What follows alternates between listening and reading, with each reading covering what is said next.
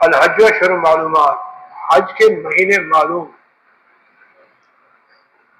من فرض فیہ الحج، جس شخص نے لازم کر لیا اپنے پر حج، فلا رفث ولا فسوق ولا جدال، وہاں سے حج کے جو شرائط ہیں وہ مکمل کرے، فسق فجور سے بچے، جدال جھگڑے سے بچے.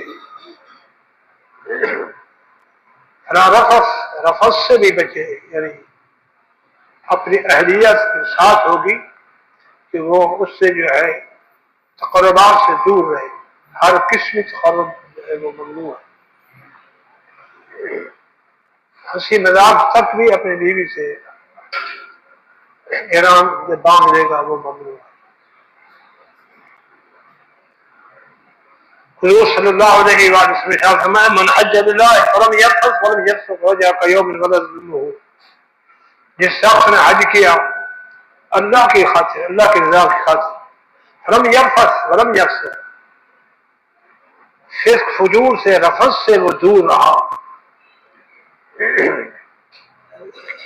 حج جو ہے عبرت کا مقام ہے، شہرگاہ نہیں ہے. من حج للہ فلم یرفث ولم یفسق رجع کیوم ولدت امہ، جھگڑا نہیں کرنا ہوگا کیونکہ وہاں ہر زبان مختلف علاقے کے لوگ موجود ہوتے ہیں، کسی کی طبیعت کیسے، کسی کی کیسے، برداشت کرنا ہوگا. جدال جھگڑا یہ نہیں ہوگا، فسق فجور نہیں ہوگا، رفث جو ہے اس سے بھی اجتناب ہوگا. حضور صلی اللہ علیہ وسلم نے فرمایا رجع کیوم ولدت امہ، جب واپس آئے گا ایسے جیسے ماں کے پیٹ سے آیا.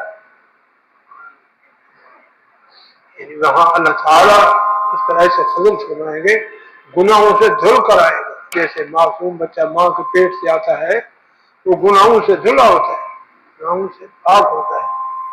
تو حضور صلی اللہ علیہ وسلم نے فرمایا من حج للہ فلم یرفث ولم یفسق رجع کیوم ولدت امہ، جس شخص نے اللہ کی رضا کی خاطر حج کیا، ممنوعات سے بچتا رہا، رفث سے بچا، فسق فجور سے بچا، جدال جھگڑے سے بچتا رہا، رجع کیوم ولدت امہ، جب گھر آئے گا ایسے ہوگا جیسے ماں کے پیٹ سے آیا. ایک روایت میں ہے نبی پاک صلی اللہ علیہ وسلم نے فرمایا، حضرت ابن عمر رضی اللہ عنہ ارشاد فرماتے ہیں اذا لقیت الحاج، کہ جب دیکھو کوئی شخص حج کر کے واپس آیا ہے، حضور صلی اللہ علیہ وسلم نے فرمایا